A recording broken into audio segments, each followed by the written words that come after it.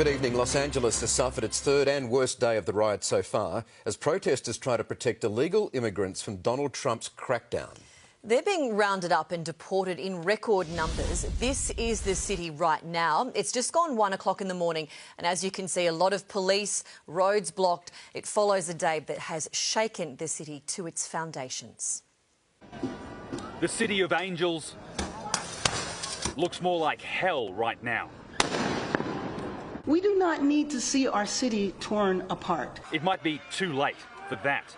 Ignited by Donald Trump ordering in the National Guard, thousands of them, against the advice of local authorities. It's only the second time a president has ever done that.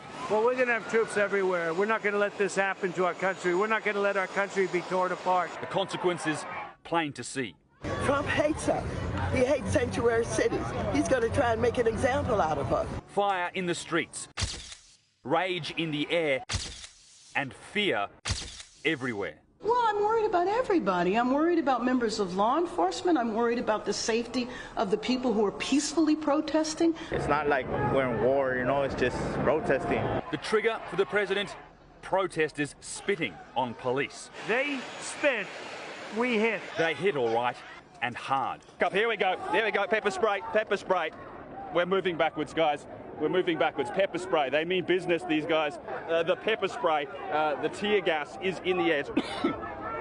It just gets to the back of your throat, straight up into your nose. It makes it hard to breathe. Running battles have continued all day. Water in my bag. As federal agents round up suspected illegal immigrants and their supporters. They're ruthless and relentless.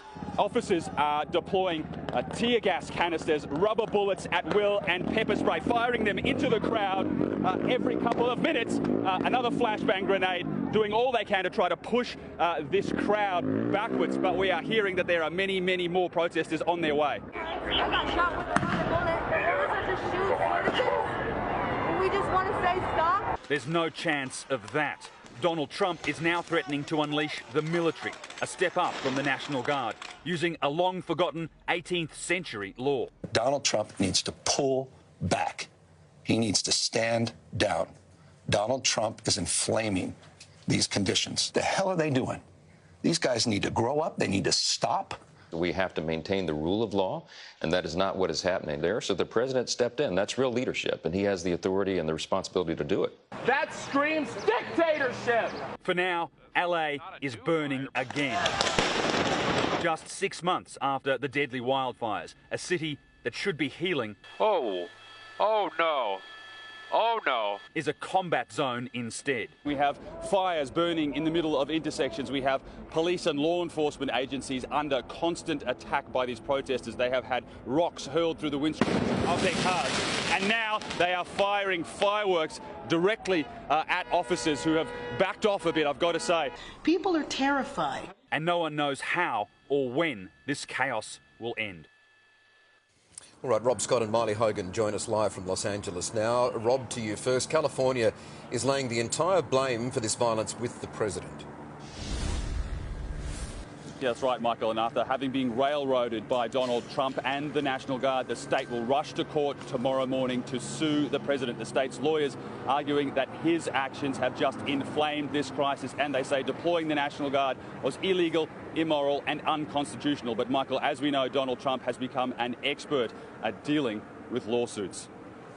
All right, thank you, Rob. Now to Miley. How do things look on the streets right now?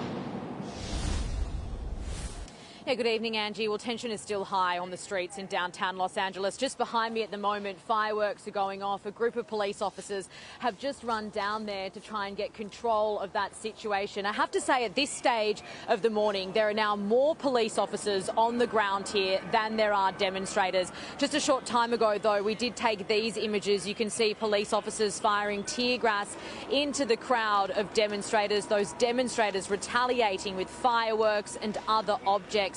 It is an unlawful assembly now declared in downtown Los Angeles, meaning anyone that's not here is subject to arrest. At this stage, police are on very high alert, reacting to those eruptions of protests that are concentrated in certain areas. But at this stage, they do appear to have control of the situation. Angie. OK, Miley Hogan, thank you.